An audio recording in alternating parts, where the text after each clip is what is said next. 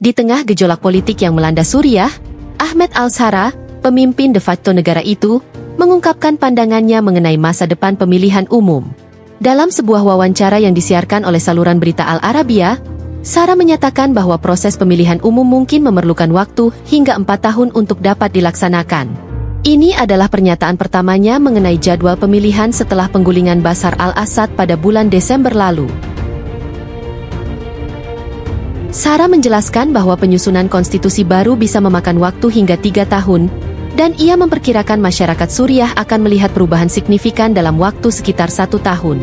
Pernyataan ini muncul di tengah upaya pemerintah baru di Damaskus untuk meyakinkan tetangga-tetangganya bahwa mereka telah beranjak dari akar militansi Islamis. Kelompok Hayat Tahrir al-Syam, HTS, berhasil mengakhiri perang saudara yang berkepanjangan selama 13 tahun.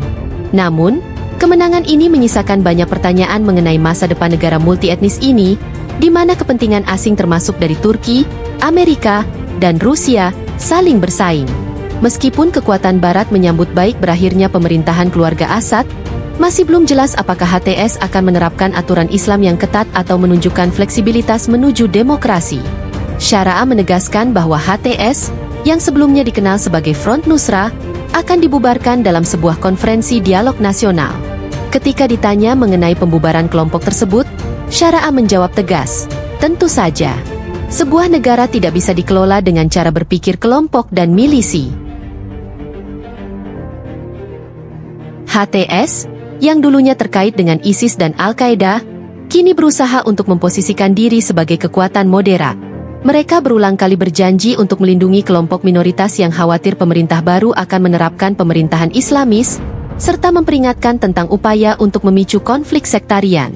Menurut Shara, konferensi dialog nasional tersebut akan melibatkan partisipasi luas dari masyarakat Suriah, dengan pemungutan suara mengenai isu-isu penting seperti pembubaran parlemen dan konstitusi baru. Terkait situasi di Suriah Timur Laut, Shara menyatakan bahwa mereka sedang berdiskusi dengan semua pihak untuk menyelesaikan perselisihan yang tersisa, termasuk dengan pasukan Demokratik Suriah, SDF, yang beraliansi dengan AS. "Kami menolak Suriah menjadi platform bagi Partai Pekerja Kurdistan, PKK, untuk melancarkan serangan terhadap Turki," tegasnya. Ia menambahkan bahwa senjata harus berada di bawah kendali negara dan Kementerian Pertahanan akan menyambut mereka yang mampu bergabung dengan angkatan bersenjata. Shara juga menegaskan bahwa Suriah memiliki kepentingan strategis yang sama dengan Rusia, sekutu dekat Assad selama perang saudara yang panjang, yang memiliki pangkalan militer di negara itu. Ia berharap hubungan Suriah dengan Rusia dapat memberikan manfaat bagi kedua belah pihak. Menteri Luar Negeri Rusia, Sergei Lavrov, menyatakan bahwa status pangkalan militer Rusia akan menjadi subjek negosiasi dengan kepemimpinan baru di Damaskus. Dalam wawancara tersebut, Shara juga menyampaikan harapannya agar pemerintahan Presiden terpilih AS, Donald Trump, dapat mencabut sanksi yang dikenakan terhadap Suriah.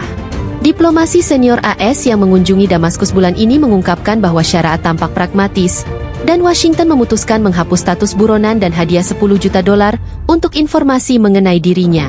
Menanggapi kekhawatiran negara-negara tetangga terkait kelompok Islamis, Shara menegaskan, "Kami tidak akan bekerja untuk mengekspor revolusi.